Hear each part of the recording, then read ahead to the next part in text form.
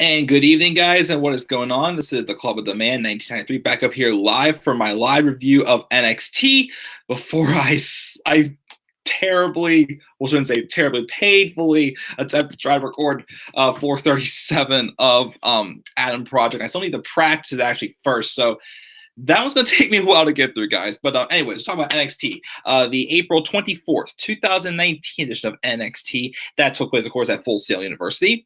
And overall, that was a good show. It wasn't as strong as most of the recent episodes of NXT. Well, of course, besides the Fallout pre-show edition of NXT a couple weeks ago after Takeover New York.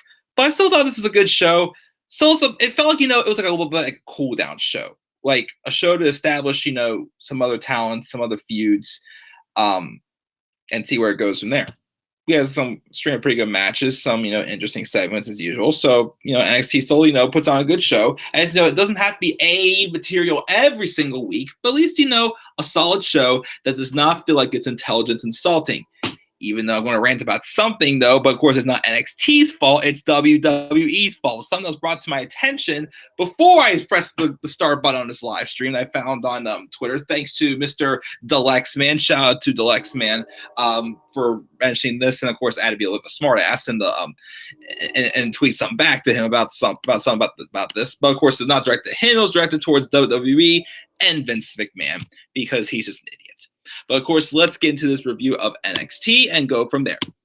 We start off with a match with Humberto Carrillo from 205 Live taking on Jackson Ryker of the Forgotten Sons. I just keep saying this. I need something more from Jackson Ryker. I feel like I've gone a little bit more behind Steve Cutler and Wesley Blake. But Jackson Ryker's not done too much so far. He's not talked yet. Like he just doesn't really impress me that much in the ring. It's just I don't see the biggest deal behind him right now. I'm still not getting it. I like though how they're continuing to at least have Carrillo put a little bit of a better showing in the ring because I'm still kind of a little bit on edge with Carrillo getting time in NXT, even though it could work, give him something else to do. But I still feel like he's being used in NXT as like one of those guys eating pins, but on 205 Live, he's, a superstar. He's, popular. He's talented. He's taken seriously. In NXT, I feel like he's just there just to eat pins, put people over, which is, it's okay. People do that, but it's like if you're going to do thing on one show, then, keep it consistent with the other. They kind of just fixed that, of course, with Oney Lorcan. Even after a little bit of confusion with his, feud with Cedric Alexander, we got that fixed. And so I don't know, but I don't know. Again, I'm just not behind Jackson Ryker yet. With the performance though in the Dusty Rhodes Tag Team Classic, I definitely became a more fan of the team of Cutler and Blake. But Jackson Ryker, I'm still not that impressed with yet. He loses though by disqualification, because there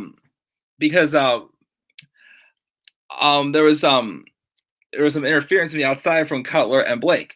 And they were beating down, and of course, Jackson Ryker goes in to join the party too with a 3-on-1 assault. But then out came Oney Lorcan and Danny Burch to rescue him.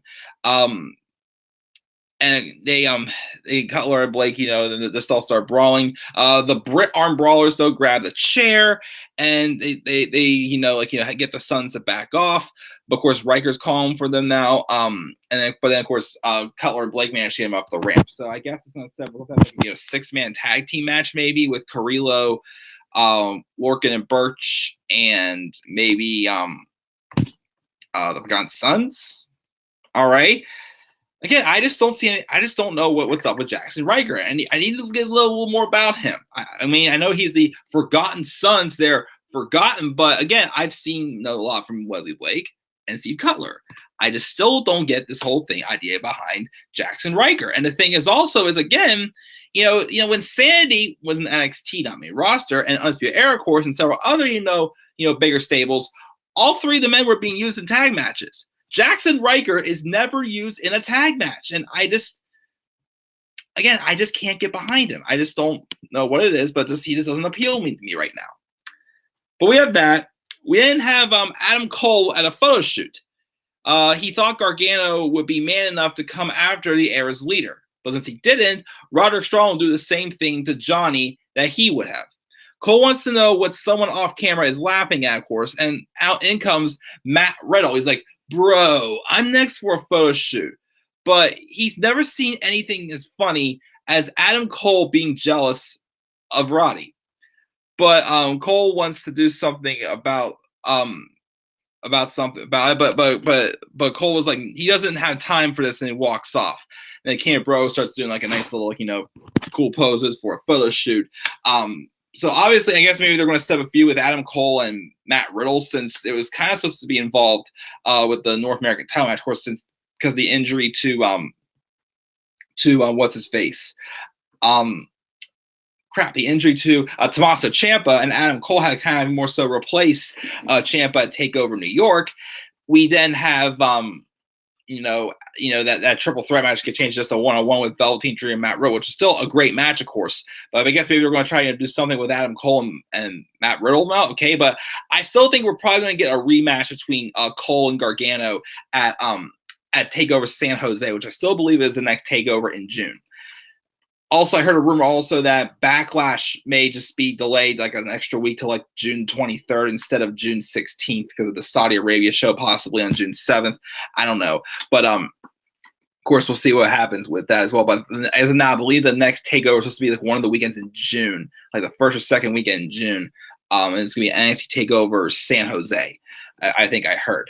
But so yeah, I still think we're going to get a rematch, though, with Gargano and Cole because – last time Adam Cole was kind of like, playing the role of Tommaso Ciampa. Now let's have it be Johnny Gargano and Adam Cole himself, basically. So I think that's what we'll probably see at TakeOver San Jose. Of course, in a week's coming, I'll try to get a predicted card out for that pay-per-view. Well, after I see, of course, the official, date for San Jose, that is. Hopefully tomorrow or Friday, sometime this weekend, I'm going to get my Money in the Bank card. But I have the graphics and stuff, pieces, download and everything. I just need to, just put the pieces together, basically. So then we have a women's tag team match. It's Candice LeRae and Casey Catanzaro, which again, I still think she's adorable. Again, I think her and Ricochet are just perfect together. Like, they need to get married. I want to see those two get married so bad. Like, they just fit. Their size, they're likable. They're great in the ring. They have similar wrestling styles and everything. And they need to get married. Ricochet and Casey need to get married. Please let that happen. I will, if they want to book me for their video, awesome. But it's probably not going to happen. But I want to see it happen. But they're taking on a team of Aaliyah and Vanessa Bourne. Obviously, and it's still continuing this kind of storyline that kind of started right before TakeOver New York, where Candice LeRae wants to go through the entire, women's division to be able to eventually earn herself a title shot against Shayna Baszler, which I still feel will be the women's title match at TakeOver San Jose, where I think we will see Candice LeRae dethrone Shayna Baszler, and we'll see Mr. and Mrs. Wrestling as the NXT champion, NXT Women's Champion, which I think would be a pretty awesome scene to see.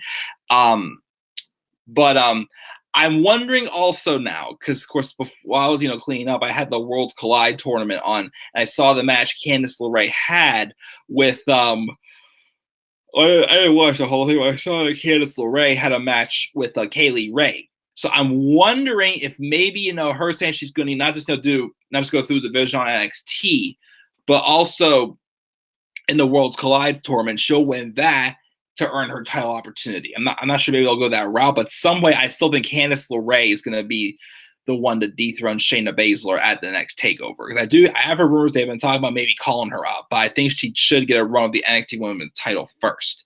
But of course, it's kind of continuing that. And I thought her and they had they didn't have too bad of a match. Eventually, they went to the match though with LeRae hitting Bourne with a quebrada, as it's called, basically. So you get the win. And also, since I was, of course, supporting over Casey LeRae, Casey Catanzaro and Ricochet, I gotta say also, seeing Candice LeRae, it's like you can tell she's Johnny Gargano's wife by her smile, by just her personality. You can tell that they're just a great fit as well. I gotta say, of course, Aaliyah and Vanessa Bourne though, I'm digging this tag team between them though. I think.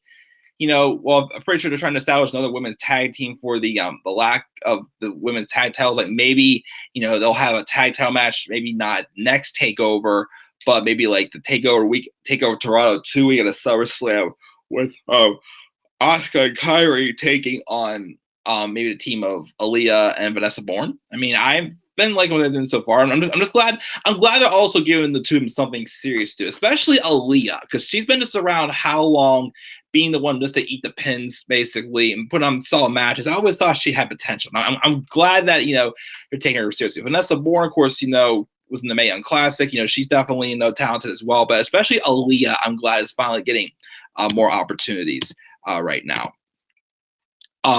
We didn't get a recap of last week's main event before with Io Shirai coming out to save Kairi Sane, basically almost getting severely injured from Shayna Baszler. It was Kairi Swan's song.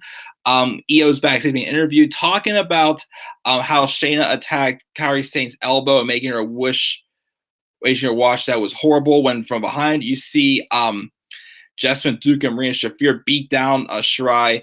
And then we get Shayna hitting her with a knee and then leave her laid out. So I guess, they're still making a statement on her. Unless, again, they're not going with Candice and Shayna. Maybe they're going with Io and Shayna. But I still feel it needs to be Candice and Shayna at TakeOver San Jose. Again, that idea that Candice said, she wants to, work her way through the division really interested me. And I think, it's time to do that. And by the way, also, when I watched the Worlds Collide tournament, the main event, which for that I think was supposed to be a triple threat match for the UK women's title. It was Toni Storm, Bianca Belair, and Nikki Cross. And it had Nikki Cross labeled as a SmackDown superstar. So I'm guessing she's definitely a SmackDown superstar. She wasn't really moved over in the superstar shakeup to SmackDown. She wasn't seen there, but I think she should go to SmackDown, even though, of course, Sandy's not a thing anymore.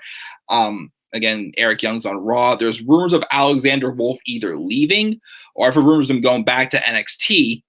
And I guess Killian Dane's still on SmackDown, but again, he has a lot of singles potential, so we'll see what happens with that. But Nikki Cross on SmackDown, I guess, is fine with me. We're going to get a hype video of Kushida, and he's supposed to be making his in-ring debut in NXT next week.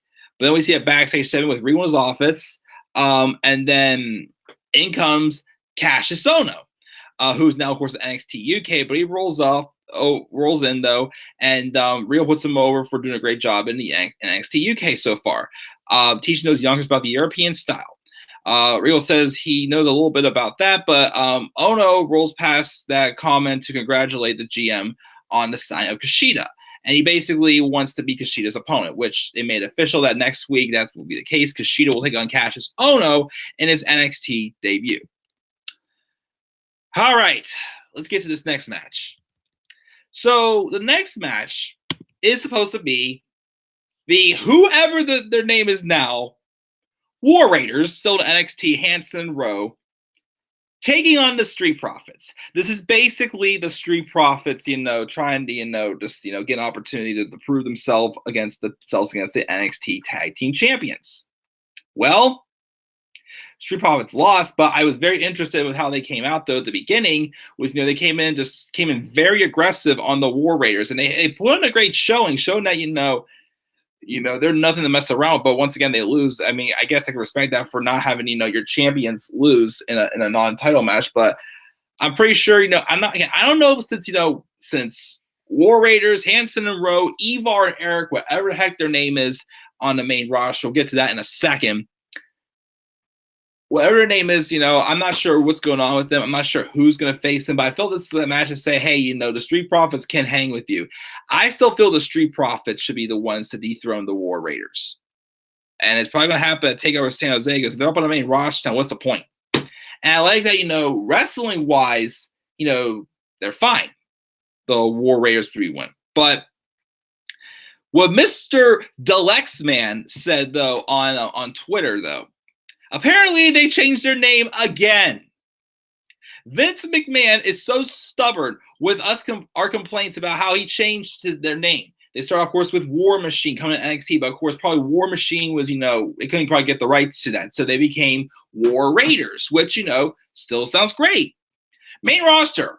Oh, war sounds too vicious too violent for the kids. So we're going to change it to the Viking Experience.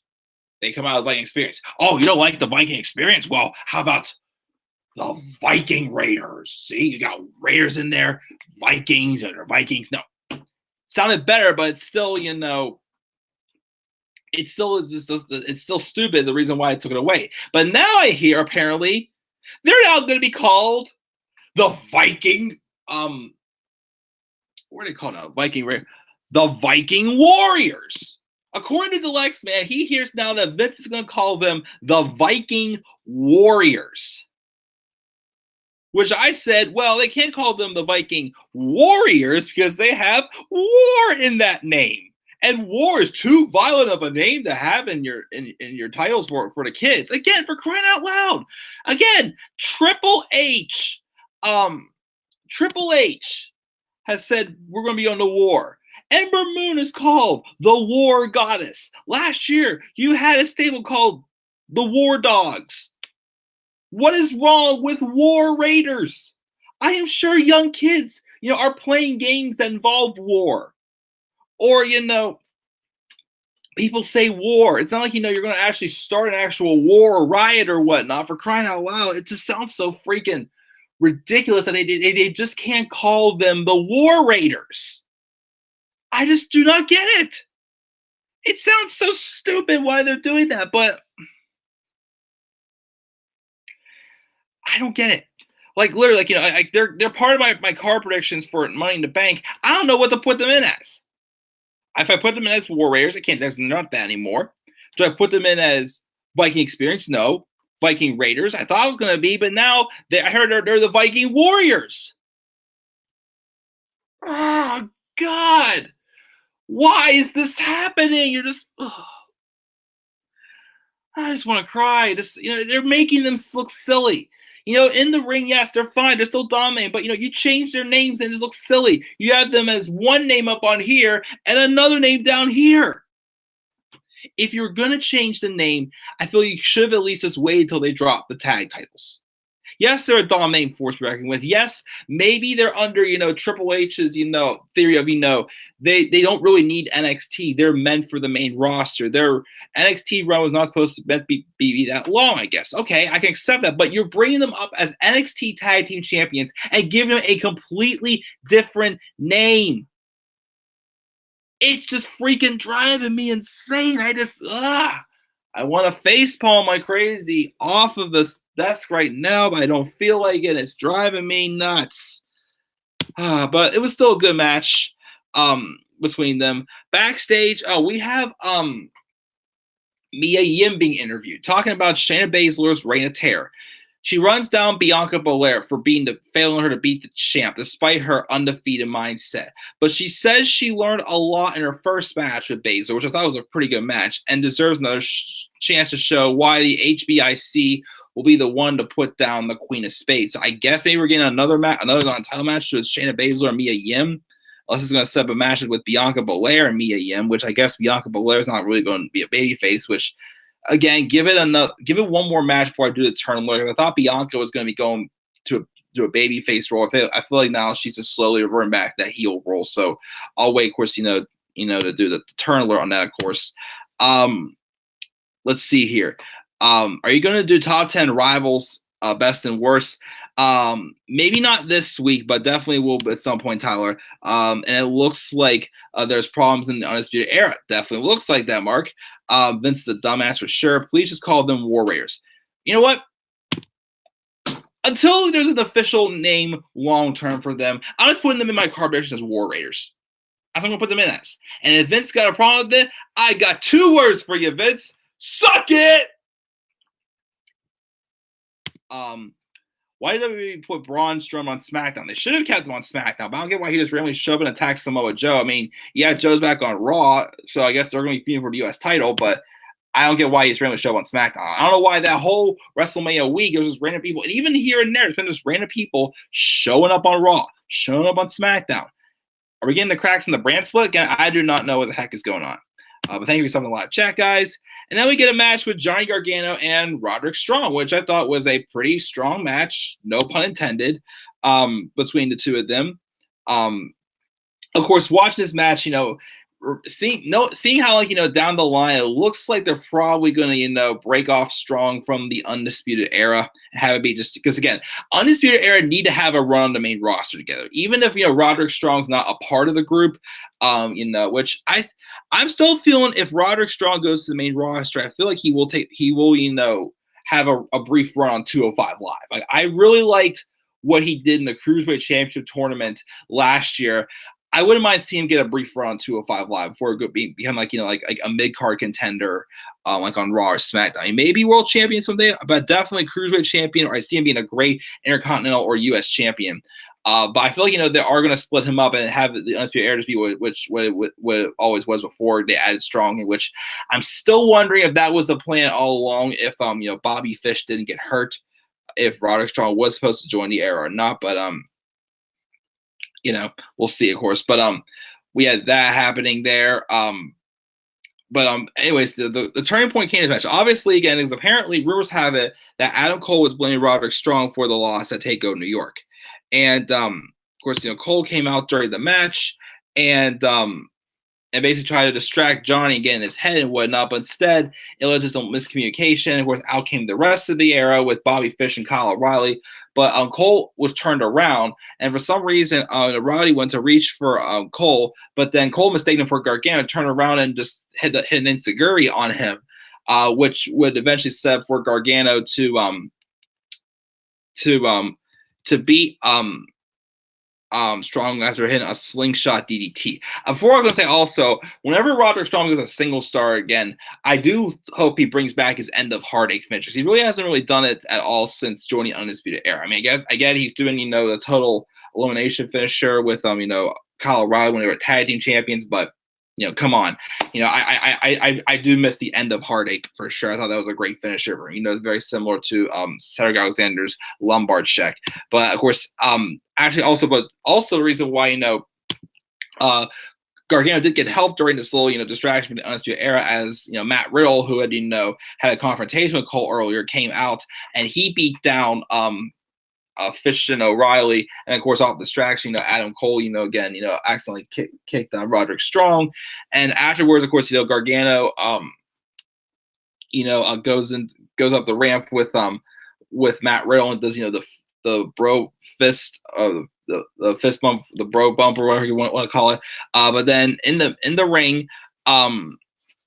ring, though, we see Cole apologizing, but Strong doesn't want to hear it, and then he just walks out, and the Era just basically follows him. So again, I don't know what's going to happen here. Again, it looks like they're going to at least split up Roderick Strong from the Undisputed Era, maybe before he goes to the main roster. I do feel Roddy's gonna after Roddy, leaves the Undisputed Era, unless he feuds for the North American Championship. I think Roddy's been in NXT long enough. He's ready to be on the main roster, and again, maybe at least maybe give him a brief run in the Cruiserweight division. I wouldn't mind seeing him get a brief run in there, but I do like to see definitely get a run for the IC title, US title again, and maybe if he shows a lot of potential, maybe maybe a world title for sure. But that's it for this week's episode of NXT. I'll give it a B. Again, now that of course the War Raiders won, I'm not sure if there's going to be anything for Street Profits, if they're going to be the ones to contend with them or not. We could, who knows? Maybe European Union or Forgotten Sons. Not sure. But we had that. The tag match with Aaliyah and Vanessa taking on Candice and Casey, I thought was fun. Of course, I'm still not iffy on Jackson Riker. We're going to get a match with Mia Yim and Shayna Baszler again soon. And of course, next week, Kushida makes his debut. And man, that was fun too. So I'll give it a B. A B for NXT this week. AJ should be Daniel at the Rumble. Maybe, I don't know. I feel like Brian's title run was what it meant to be. And Seth should challenge AJ at WrestleMania 35 if I booked that. Would have been a nice match at WrestleMania 35, but of course we are getting it at Money in the Bank, so I can't wait to see it for sure. But guys, thank you for your comments in the live chat to Mark and Tyler. I'll give NXT a B. I'll see you guys tomorrow for my top 10 stream of the week. I guess I'll do Mark's ideas that he gave me, and I said I would do it, the following week afterwards. But since that Shield final chapter and Superstar Shake, of course, became also, I think I'll do my top 10 Dean Ambrose moments tomorrow, unless I change my mind. But I will do your top 10 rivals suggestion as well. Tyler, even though I have done like a top 10 storyline thing. Maybe I'll do like, a top 10 rivalry or something like that from that suggestion. But maybe I'll do that soon, Tyler. But definitely, of course, thank you for your recommendation. But yeah, guys, be for NXT. What are your thoughts on NXT this week? Leave your thoughts down in the comment section below. And make sure as always to click my like and subscribe or comment on my channel. Follow me on Twitter at TheManRunning3. Wish me luck. I'm about to try to beat Adam Project 437 tonight, even though it's going to be a long night to try and do that. Not my prediction tomorrow, but I will try to get my money in the bank card prediction done tomorrow. If not, then Friday. Of course, my top 10 stream will be tomorrow as well. So stay tuned as well. And also make sure to check out my WrestleMania Experience documentary as well. Once again, the description can be found. Sorry, the link can be found in the description box down below. I'm checking out, guys. Until then, guys, have a great rest of your night. I'll see you guys all tomorrow. Peace out, everybody.